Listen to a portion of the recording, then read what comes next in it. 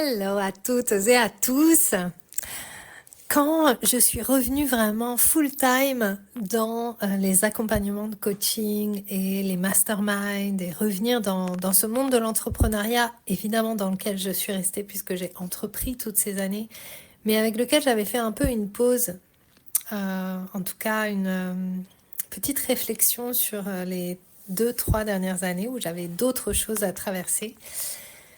Eh bien, je vois les choses vraiment d'une autre manière. Et finalement, je me suis rendu compte que ce que j'avais pris pour quelque chose qui venait de l'extérieur était vraiment quelque chose qui venait de l'intérieur et que je n'avais pas à l'époque les clés pour voir que ce qui s'était mis en marche dans mon parcours, c'était vraiment mes ombres, c'était mes résistances, c'était tout ce que je voulais pas voir, c'était tout ce qui me faisait peur, tout ce que j'avais bloqué dans mon regard sur moi-même euh, par rapport à qui j'imaginais que je devais être.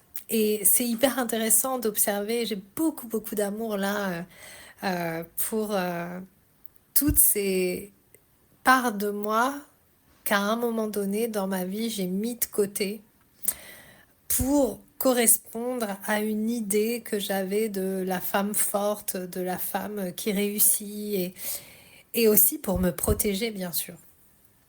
Et c'est très intéressant parce que ça fait plusieurs semaines, je vous ai fait quelques podcasts autour de la beauté. Il y a une sorte de réémergence de ma Vénus à l'intérieur de moi et une sorte d'ouverture aussi à ce que j'ai finalement repoussé beaucoup.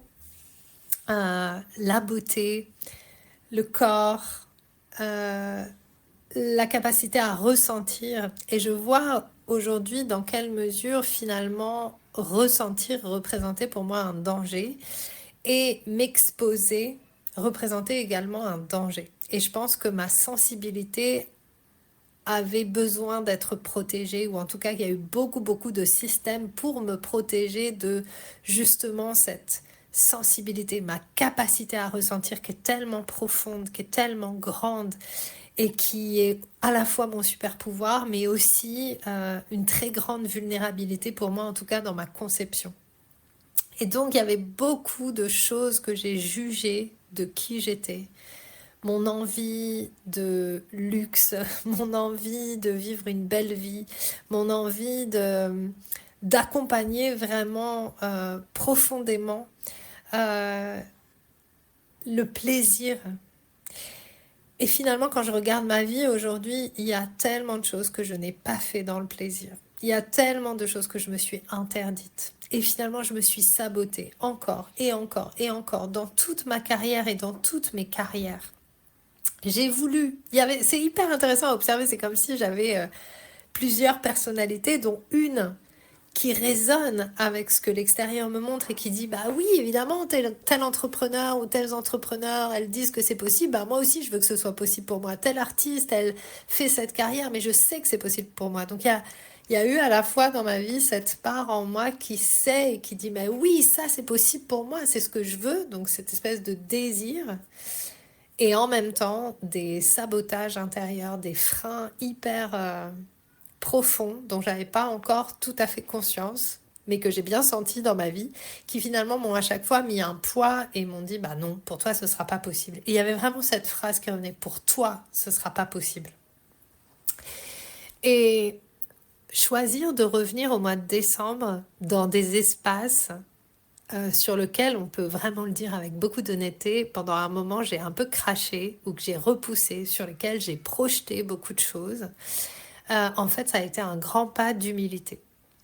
Et choisir de réinvestir dans ces espaces-là, donc d'avoir l'humilité de reconnaître qu'en fait je m'étais trompée et que tout simplement j'avais trop de résistance à l'intérieur pour voir et pour accueillir pleinement qu'en fait mon ego était en train d'essayer de me donner le beau rôle et donc d'accepter que finalement peut-être que dans l'histoire que je racontais bah, j'étais peut-être the villain, j'avais peut-être le mauvais rôle et que je pouvais assumer ça aussi. Ça a été la plus belle libération pour moi. Et finalement, tout ce que je vous ai proposé, si vous avez été dans mes espaces cette année, ça n'a été que ça. s'ouvrir à nos ombres, s'ouvrir à recevoir en fait ces parts de nous qu'on a passé notre temps à rejeter, avoir de la compassion pour tous ces moments où en fait on s'est trompé mais on n'a pas voulu le reconnaître parce que ça aurait voulu dire quelque chose de dangereux pour nous. Ça aurait voulu dire quelque chose de presque insupportable.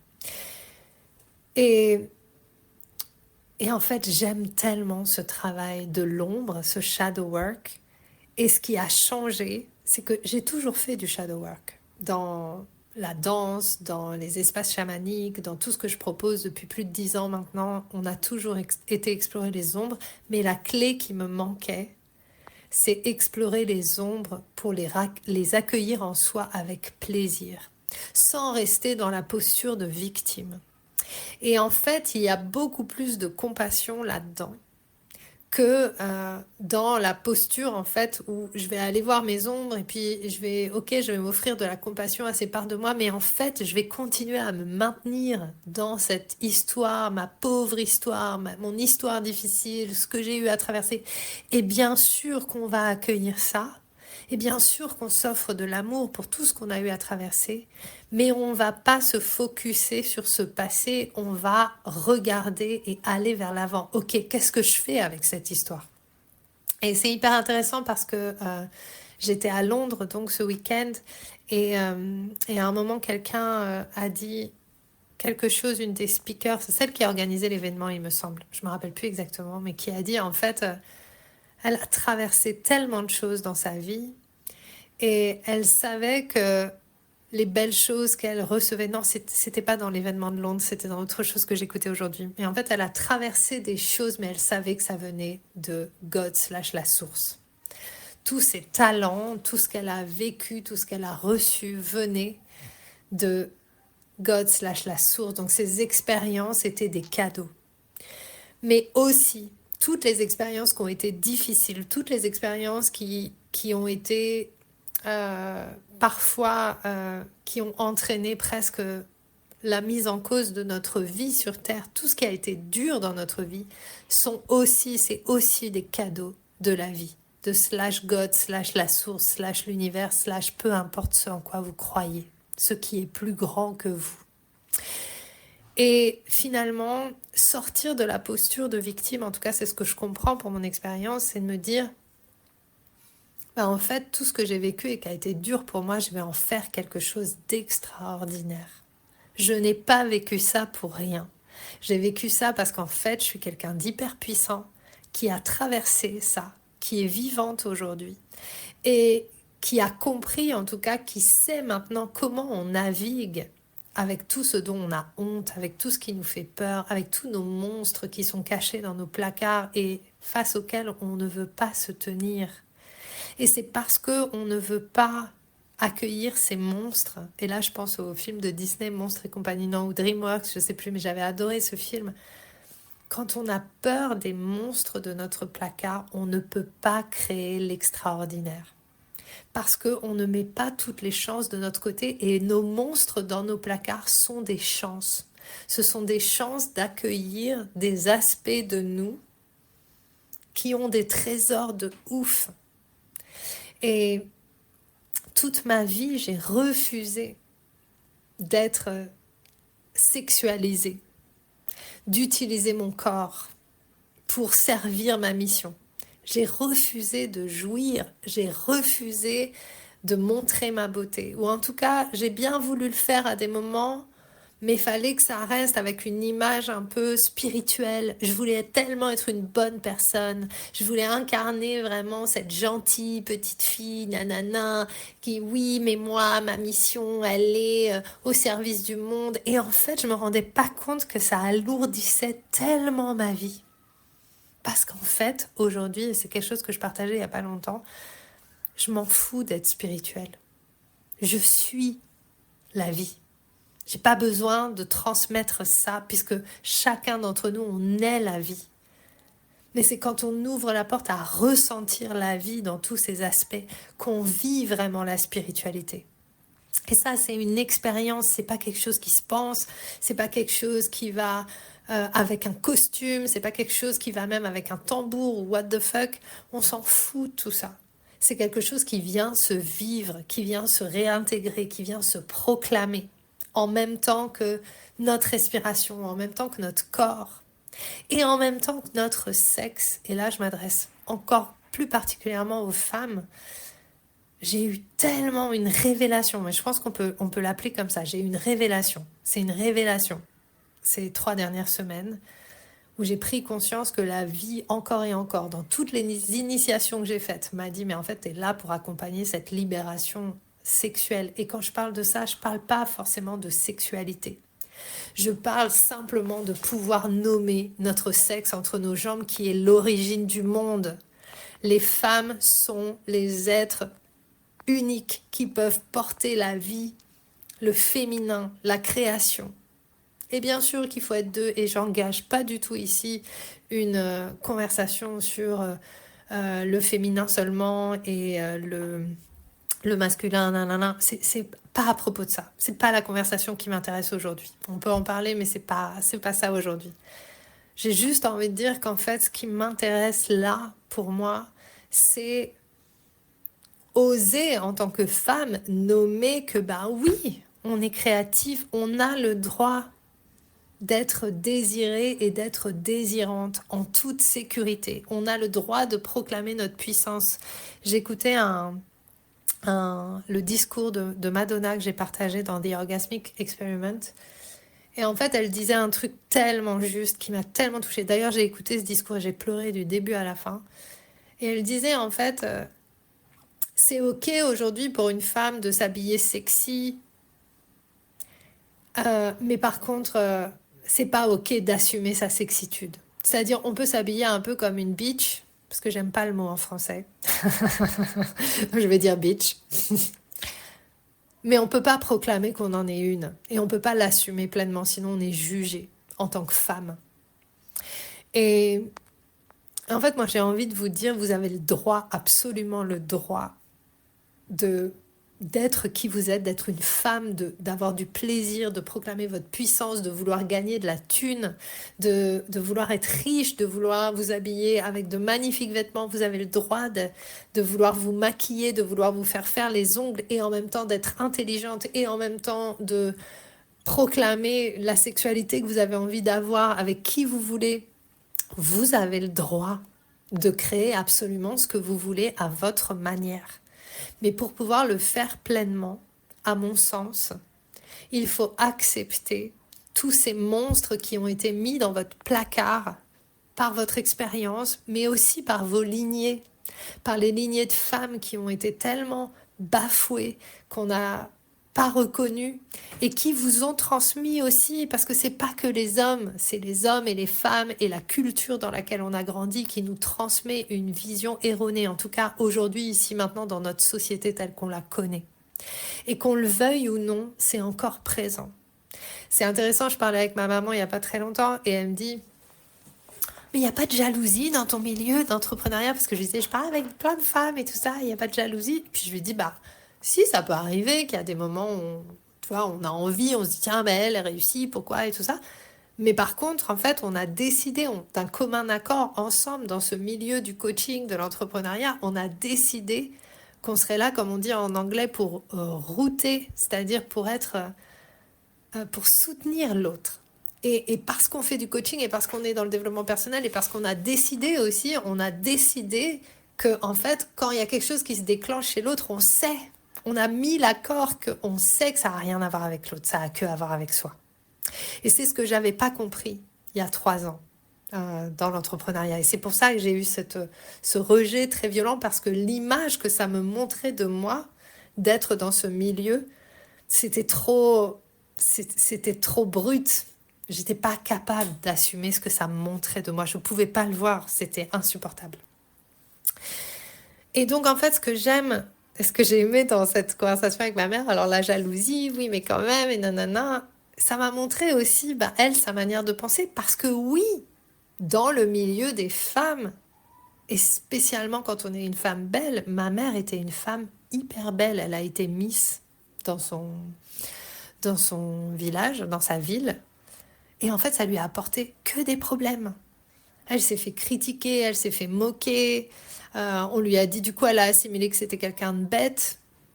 Et en fait, c'est hyper intéressant parce qu'elle a eu une image de son corps. Il y a quelque chose qui a changé à ce moment-là. Et elle a eu une image de son corps très négative. Alors qu'en fait, elle était hyper belle. C'est quelqu'un d'hyper intelligent. C'est quelqu'un d'hyper sensible. D'ailleurs, en vous disant ça, ça m'émeut parce que j'ai beaucoup d'amour pour tout ce qu'elle m'apprend et tout ce qu'elle m'a appris. Et j'ai beaucoup de compassion pour toutes ces lignées de femmes qui en fait, soit on leur a dit t'es belle et c'est tout. Donc t'es belle, donc tu corresponds un peu à l'image qu'on veut de toi, mais il faut pas que tu sois intelligente. Soit elles ont été du coup hyper parties dans le féminisme et on nie toute sexualité et tout attribut féminin. Et aujourd'hui, on est là aussi pour réunir ça. Moi, j'ai envie de kiffer mon corps, en fait. Et j'ai envie d'être une femme, et parfois j'ai envie d'être prise, et parfois j'ai envie d'être sexy, mais comme j'ai kiffé être à Londres, c'est la première fois de ma vie que je porte de la lingerie autre ailleurs que sur une scène. Parce que quand on est sur une scène, quand j'étais artiste et que j'étais sur scène, c'était safe, c'était mon rôle, je jouais un rôle. Là, j'y suis allée avec le rôle que j'ai choisi en tant que moi-même, comment je me représente en tant que moi-même. C'est à nouveau un rôle, mais c'est moi au milieu des autres, personne ne me connaît. Qu'est-ce que j'ai envie de partager avec l'autre? J'ai envie de partager ma beauté. J'ai envie que quand je rencontre des gens, les gens se disent, et envie en fait, se disent, ah mais cette femme, elle a 47 ans et en fait, on dirait qu'elle en a 30 et elle a l'air trop de kiffer et elle danse et elle bouge son booty et elle applaudit toutes les autres femmes qui passent sur scène et quand je suis à côté d'elle, je me sens bien et elle me touche le bras parce que j'étais à côté de gens que je connaissais pas forcément et j'avais toujours envie de les prendre dans mes bras et de leur dire mais ouais! Et j'avais ce côté que j'ai toujours eu de cheerleader. Moi, j'étais cheerleader. C'était mon rêve. Cheerleader et pin-up, c'était mes deux rêves. Et en fait, je récupère ce rêve. D'avoir été à Londres, ça m'a permis de reconnecter quelque chose que j'avais mis de côté. Parce que j'avais jugé ça. Et ça va être énorme parce que je sens que l'énergie qui s'est intégrée en moi, je sens que ce qui a émergé, en fait, c'est pas basé sur mon passé, c'est basé sur l'infinie possibilité de qui je peux devenir. C'est comme si toute ma vie, j'avais exploré plein de pièces du puzzle, mais sans vraiment trouver où est-ce que je les mets sur le grand puzzle. Et là, les pièces sont emboîtées les unes avec les autres. Et je sais où j'ai envie de vous amener avec ça. C'est même pas vous, c'est nous. Je sais où j'ai envie de nous amener. Et alors que je comprenais pas trop le terme de mouvement, quel est mon mouvement, qu'est-ce que je suis en train de créer, aujourd'hui, je sais que je suis là pour créer ce mouvement, pour créer ce mouvement de libération des sexes féminins. Et quand je parle à nouveau du sexe féminin, je parle vraiment de tout ce qui est coincé dans notre racine, dans notre chakra racine, peu importe comment vous l'appelez, toutes ces histoires du passé qui nous plombent et qui nous empêchent de créer, de mettre au monde ce qu'on est venu mettre au monde. Parce que ce que j'ai remarqué chez mes clientes et les personnes que j'accompagne, finalement, c'est pas tant au niveau du chakra sacré que ça se passe, même si oui, c'est pas tant au niveau de la créativité, vous êtes toutes tellement créatives. C'est au niveau de la mise au monde, c'est au niveau de la jouissance de l'espace qui finalement a été considéré pendant tellement d'années comme l'espace le plus vil, le plus vilain. Un espace qui a été tellement infantilisé aussi chez les femmes. Ah c'est ta lune ou c'est machin. On n'a jamais, moi je me rappelle, personne n'a jamais nommé mon sexe par son nom. On n'a jamais appelé mon sexe un sexe. On lui a donné des noms infantilisants, des noms d'enfants, des noms chelous, des noms vulgaires, mais jamais le nom sexe. C'est mon sexe. C'est ma vulve. C'est mes lèvres. Et je pense, parce que c'est aussi quelque chose auquel j'ai toujours cru, c'est la puissance de nommer. Quand on nomme, ça existe. Si vous n'avez jamais nommé votre sexe, nommez-le avec son vrai nom, faites des recherches et nommez-le, parce qu'à partir du moment où vous allez le nommer, il va exister. Et c'est à partir de là qu'on peut s'ouvrir à recevoir tous les enseignements qu'il a à nous apporter. Je n'aurais jamais cru dans ma vie vous dire ça un jour.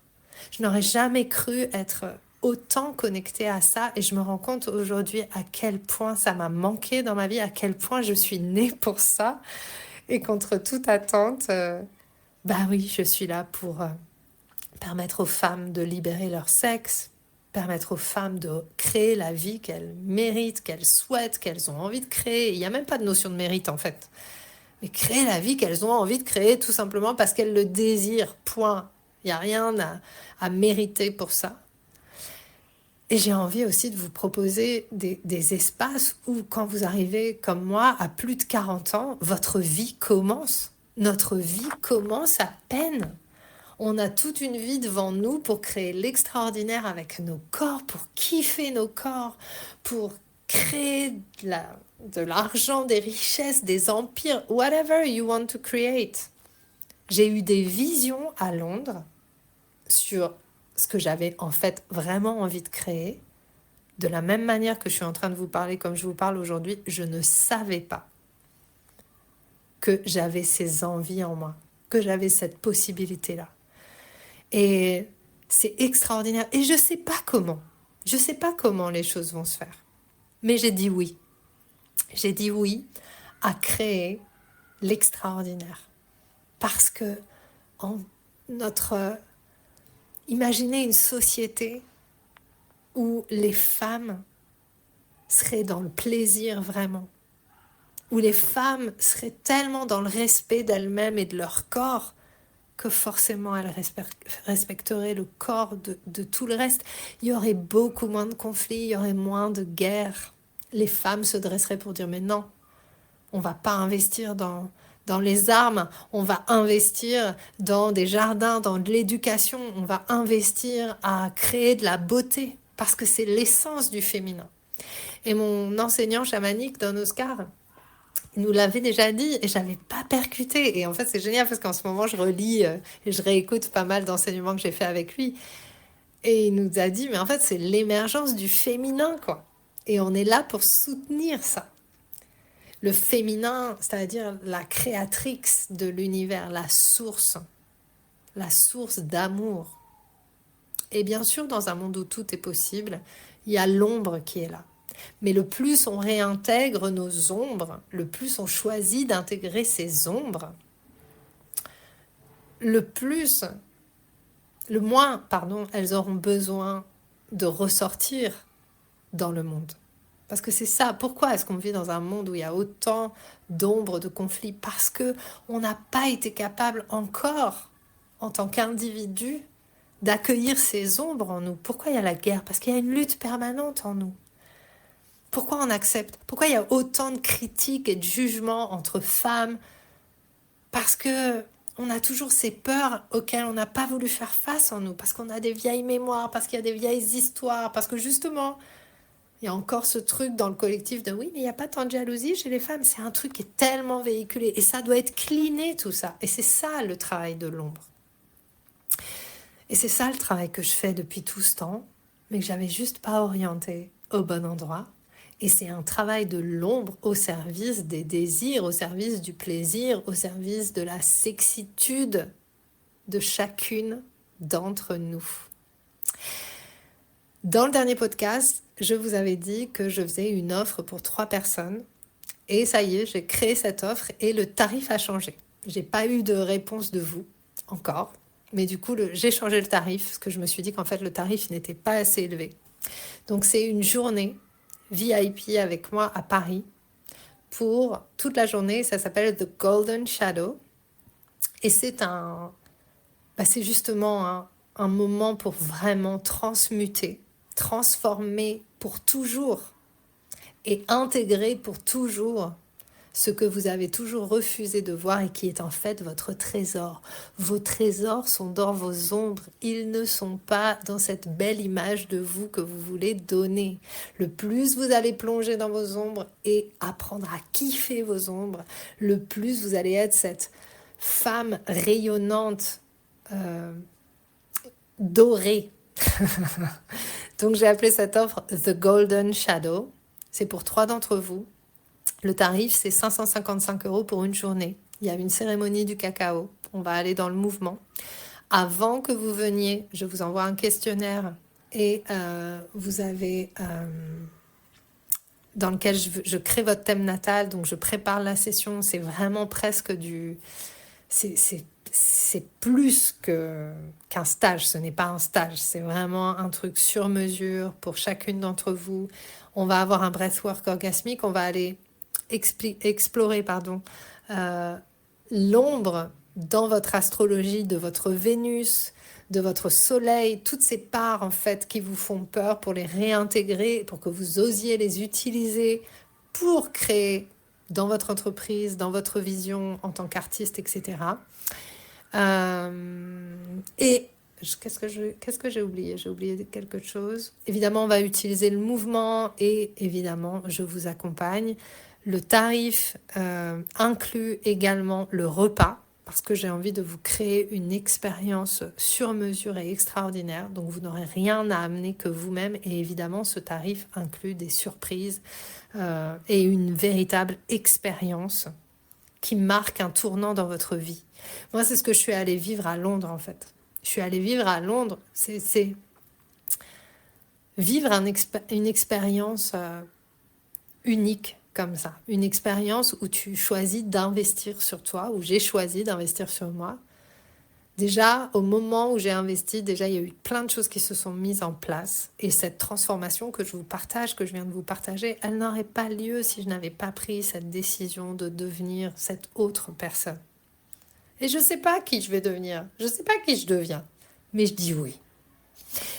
Et du coup, vivre cette expérience, ça m'a clarifié.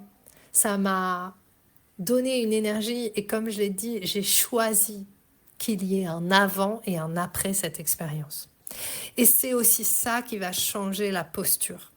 Quand vous allez vivre une expérience, quand vous le faites avec intentionnalité, il n'y a pas de retour possible.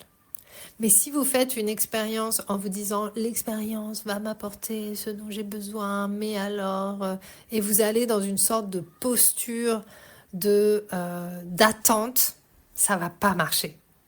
C'est vous qui créez la transformation. C'est même pas l'expérience elle-même. L'expérience, elle soutient la décision que vous prenez. Et ça change tout. Et c'est ça la posture de puissance. C'est là où on sait qu'on est sorti du fameux triangle carré, que j'appelle moi un carré, mais qu'on appelle le triangle de Cartman.